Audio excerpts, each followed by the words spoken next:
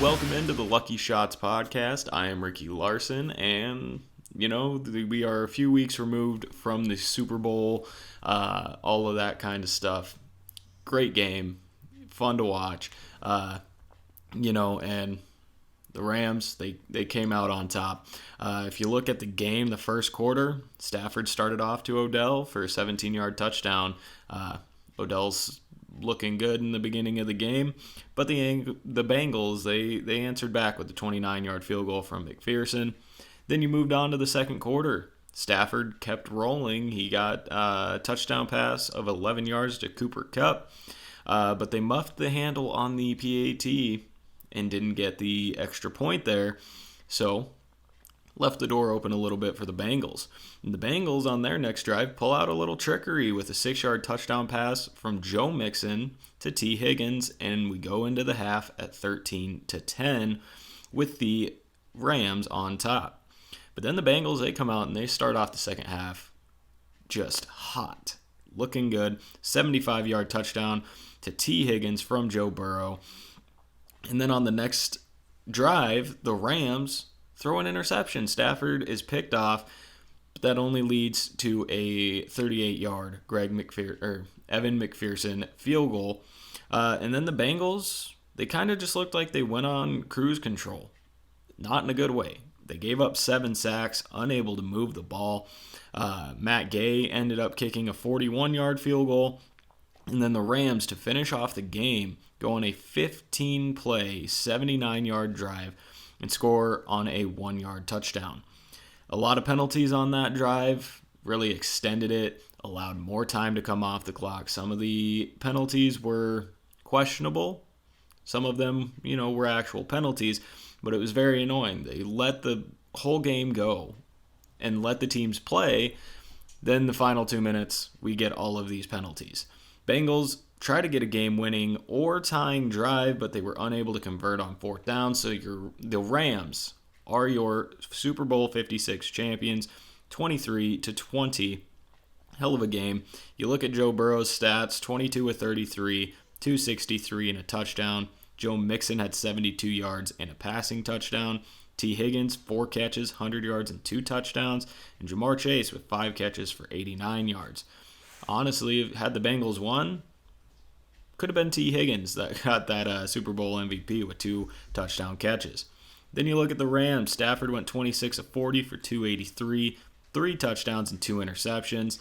Bailed out by Cooper Kupp really in that entire last drive. 8 catches, 92 yards and 2 touchdowns. Odell, before he went down, had 2 catches for 52 yards and a touchdown. And Aaron Donald had 2 sacks and really just put the game away for the Bengals in that last drive. Your Super Bowl MVP was Cooper Kupp. He had 2 touchdowns, the game-winning touchdown, and the main part of that final drive. If we look at Cooper Kupp throughout the entire season, regular season, 145 catches, 1,900 yards, and 16 touchdowns. Postseason, 33 catches for 478 and 6 touchdowns. All the awards he piled up this year: Triple Crown, 2022 Pro Bowler, First Team All-Pro, Offensive Player of the Year, Super Bowl 56 MVP. Hell of a season for him, and is he going to continue that next year? Stafford's still there. You got Robert Woods coming back. Possibly Odell's still going to be there. Is he going to be the main focal point again next year, or is the ball going to be spread out more? Honestly, I don't know. But Cooper Kupp was an absolute force this season and was a lot of fun to watch. Now let's move on to NFL honors. Finish off the show with that. For your MVP, you had Aaron Rodgers with 4,000 yards passing, 37 touchdown passes, 3 rushing touchdowns, and only had 4 interceptions. I obviously was not thinking that Aaron Rodgers should have been the MVP, but he gets it done, and a couple other guys I feel were snubbed. They did get other awards, but MVP should have been a race between Cooper Kupp and Jonathan Taylor.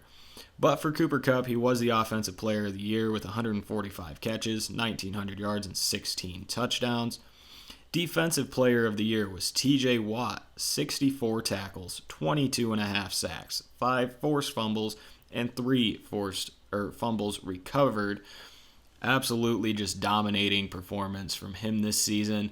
His brother, J.J. Watt, was the Defensive Player of the Year for like a bunch of years in a row. I think TJ Watt could pick up where JJ left off and continue to be this Defensive Player of the Year for years to come.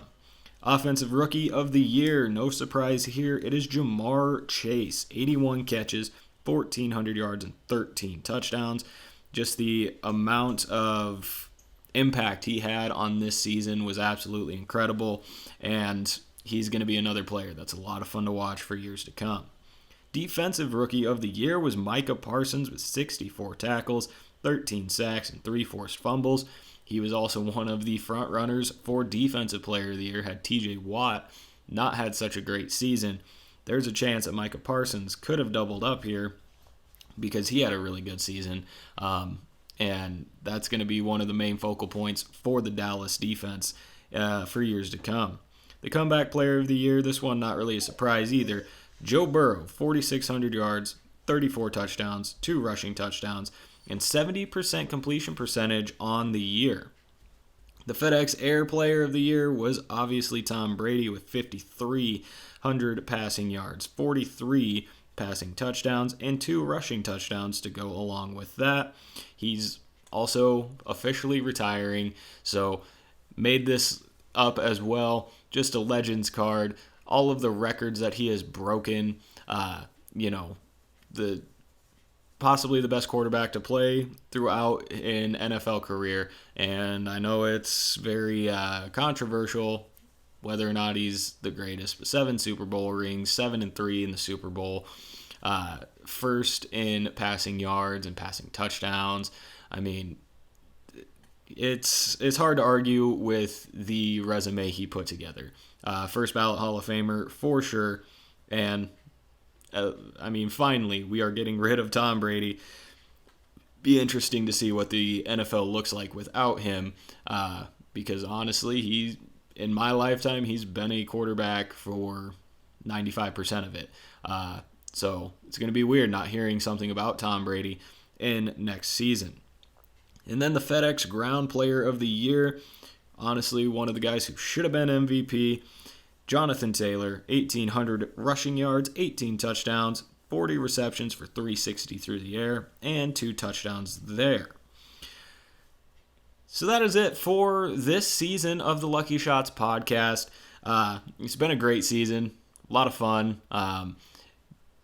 We'll still do a few little videos here and there throughout the summer, but we will really ramp back up into what this season was, next year. Do have a fun idea for a replacement episode next year. Should be able to get more engagement through you guys, and should be a fun concept. So we'll see how that goes. So keep an eye out for the extra videos that go out through the summer, and then be ready for the announcement of what's going to be our new episode next year. But for the Lucky Shots podcast, I am Ricky Larson. Thanks everybody for joining week in and week out, watching the show, and really appreciate it. We'll see you next season.